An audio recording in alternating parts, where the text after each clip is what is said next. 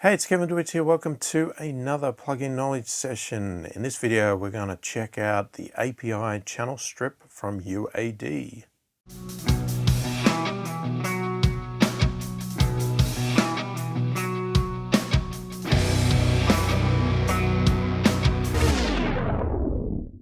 So firstly, if you're new to my channel and to my videos, if you like what you see, click the like button, subscribe to the channel, click the notification bell to be notified of all of my future videos as they come out. So the API channel strip or API vision channel strip from UAD is a channel strip, as it states, that's emulating API hardware units. So this channel strip includes a few features. It includes filter, gate, compressor, EQ, maybe even a bit of limiting as well, and it has a preamp component. Now this is, as I said, emulating an API hardware-based channel strip, so all the little components of it are what you can find in physical API equipment. And the API equipment has a nice grit to it. You know, I've used it a bit on guitars, etc. You can really push the preamp, get some nice grit out of it, and it sounds great. I actually really like using this plugin and the API plugins of various other types. Now, this one is obviously done by UAD, so you need the UAD hardware to run it. So if you don't have the hardware, unfortunately this plugin is not going to be for you. But if you do have UAD hardware, then it's easy to demo this plugin. Just click the demo, get into it, try it out, let me know what you think of it. Now, when I do my screen capture stuff, which coming up where I show you the plugin, I actually have my microphone going into this channel strip, and I use it to do a little bit of EQ, pre-gain, a preamp, and a tiny bit of compression on my voice as I'm doing it. So you'll hear it in action as I actually record the voiceover for the next part of the video. Now, this is one of my older videos that has been on my website, hadn't quite made it to YouTube yet, but because I use this plugin every day for my screen capture voiceovers and like using it on other instrumentation in recordings, etc., that it was definitely worth sharing this with you because it is a great plugin and I really like using this plugin all the time. So hopefully the quality of the video is okay and I'm not too boring in it, but we will see. But as I said, the plugin itself is fantastic and definitely worth going through. So I wanted to share that with you. So let's get into it and check out what it does. All right, so here we have the plugin now. This is loaded onto a track, but before we go into that one, let me just quickly pull up my UAD console here, and you will see here is my microphone. That is me talking into it now. And you can see here, this is the unison channel. So it says unison there, and I have the API vision sitting on there. So if we pull that up, you'll see that I don't have the gain very high. I'm not trying to distort, but it's there enough. And we just got a bit of a filter on here. So we're doing a high pass filter here, and that's sitting at whatever value that is, 200 maybe, something like that. So it's cutting most of the low end out of my microphone to get rid of any boominess there. And I'm not really using the gate on this, so it's turned off. I'm not using the EQ, that is also turned off, but I am using a tiny little bit of compression here just to grab any of the peaks and pull them down. You'll see it's not doing much as I'm talking right here, so it's really only for the very big loud peaks. Just a bit of a catch-all there and nothing major there, but you can see what it's doing. So that's it in unison there. But back to our DAW, here it is in the console here. And I've just pulled this up and this is where we are with the default settings. So, okay, so to give you an overview of the actual components in this plugin, let's have a look at this and getting a lot of this out of the manual. So it comes in to this section here, which is our mic preamp. And this is based on a API 212L microphone preamp. And we'll go through all the settings in a minute, but some of them are pretty obvious there. Then we go down to our filter section here, which is here. And as you can see there, this is based on a 215L. Then we go into our gate, which is 235L. Then into our compressor, 225L. And then into our EQ, which is a 550L. And then we go out to the output and out of the plugin. Now we have some options to rearrange that because we do have a button here for pre-dynamic. So we can actually move the EQ to be before the dynamics.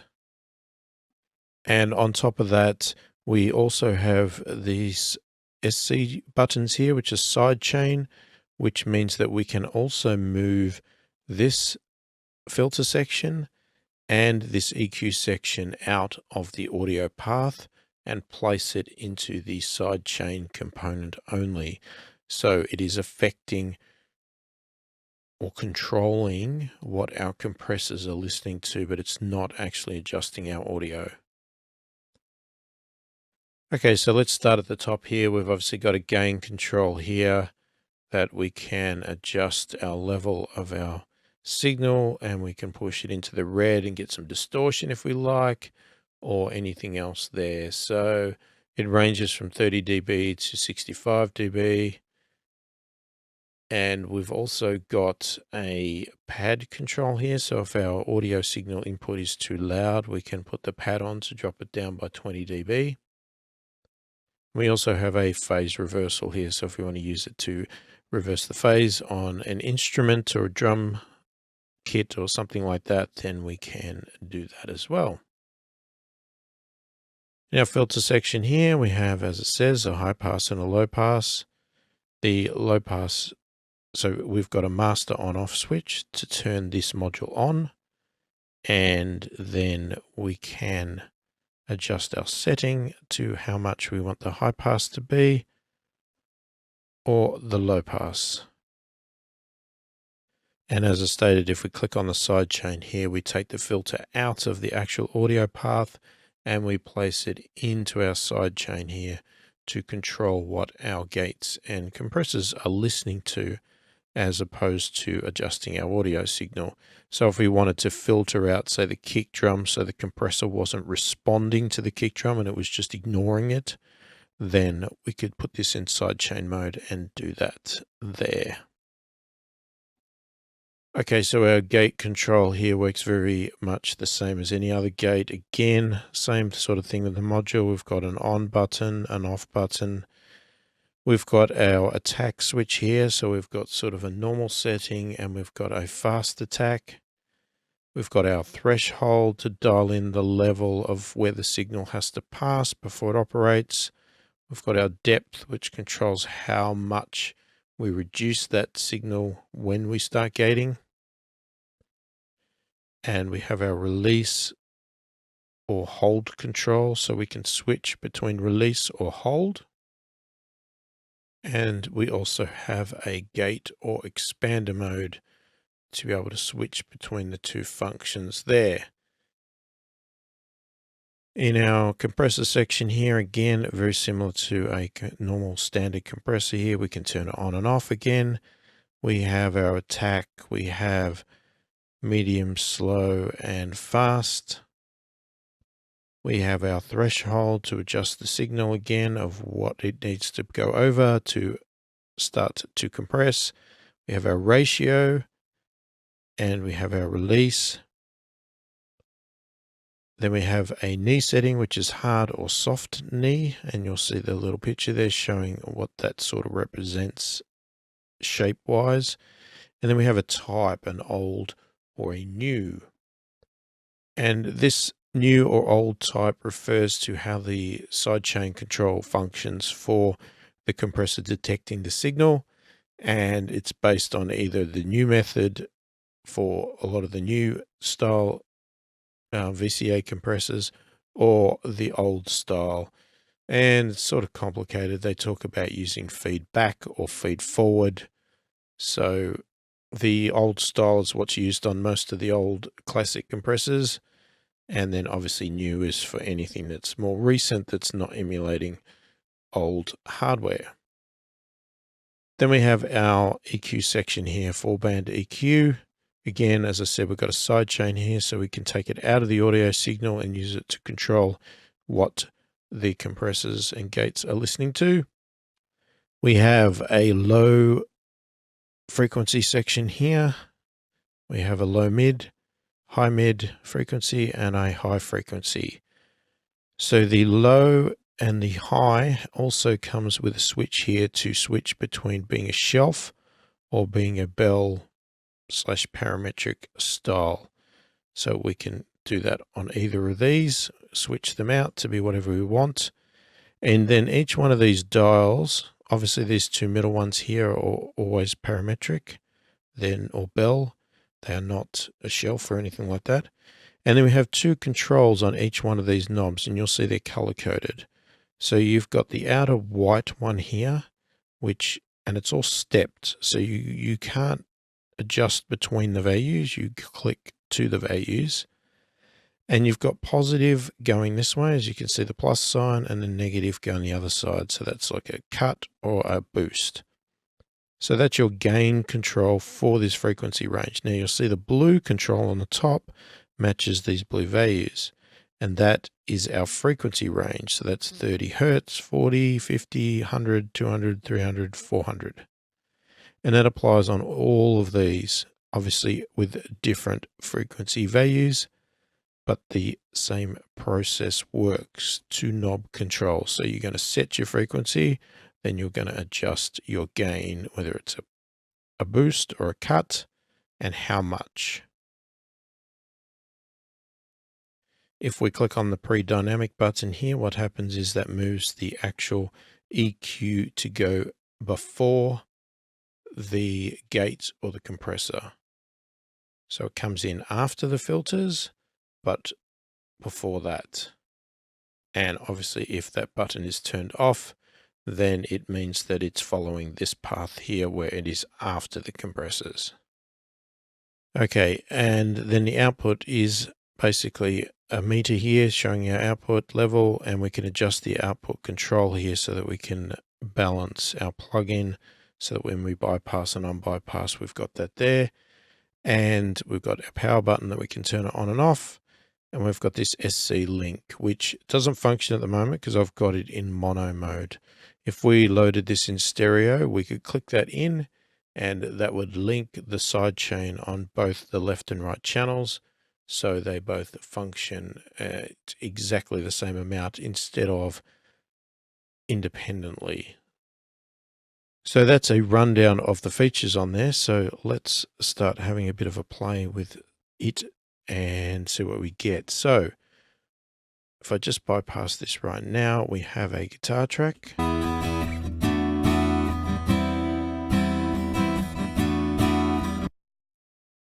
Okay, so let's bring it in its default state.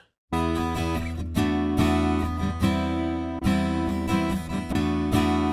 doing much there. So you can see we've dropped our pad down.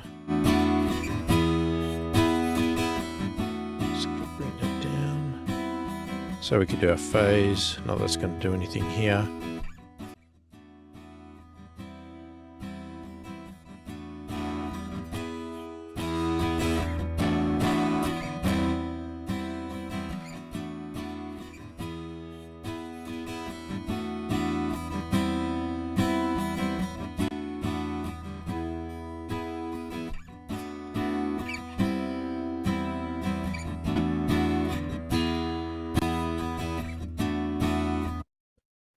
So with a bit of sort of a slight touch of distortion here, we'll do a before and after. So this is clean.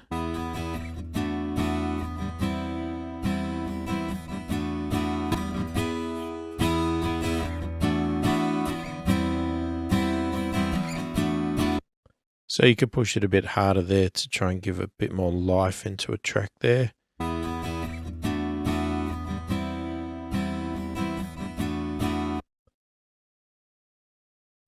All right, so let's have a play with our filter now.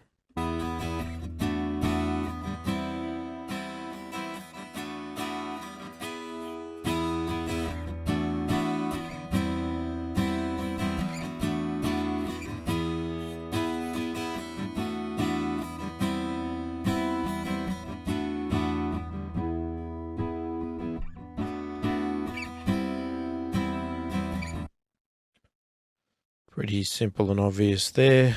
Let's jump over to our EQ for the moment. So let's just turn that on.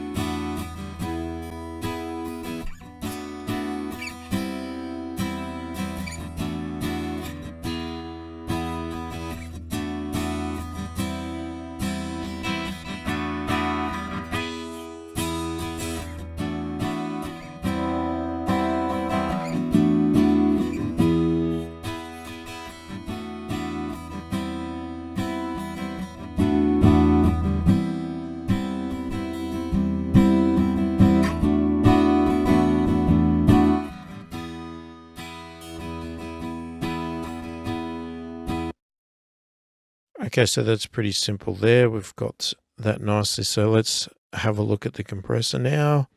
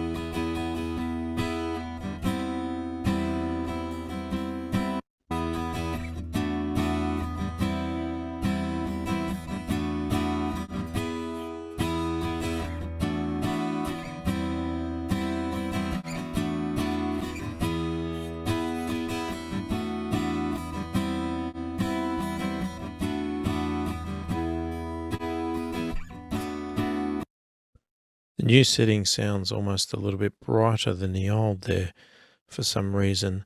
I'm pushing the compressor a little bit harder than what you would normally do, just to give you an idea.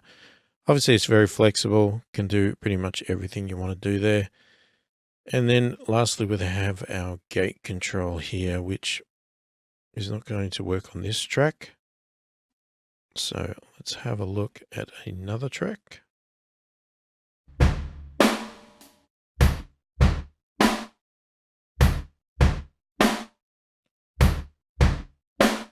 Okay, that's definitely gauging already.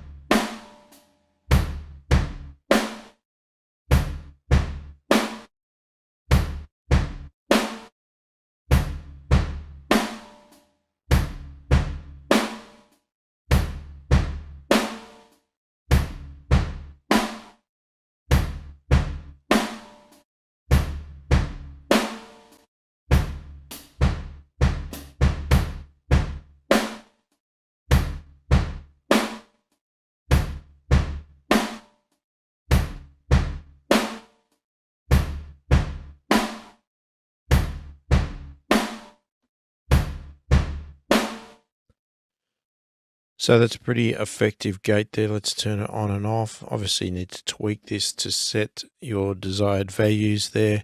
We're going pretty harsh with this gate here at the moment. You may not want to go that extreme.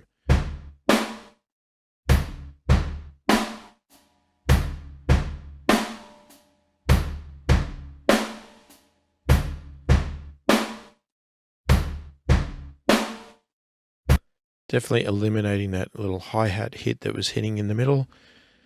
So there you go. There is the API Vision channel strip from UAD. A fantastic channel strip.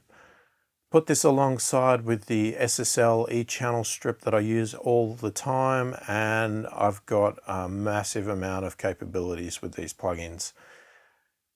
The API one is something that I'll use all the time if I'm not getting what I want out of the SSL. Obviously the SSL to me is the one that I'm drawn to most of the time during mixing, but the API one, as I said, I'm using it on my voiceovers, in my screen captures, and I'll use it on guitars occasionally as well. A lot of the time during recordings I will get drawn to this for the preamp for recording functions, and I really like how it works.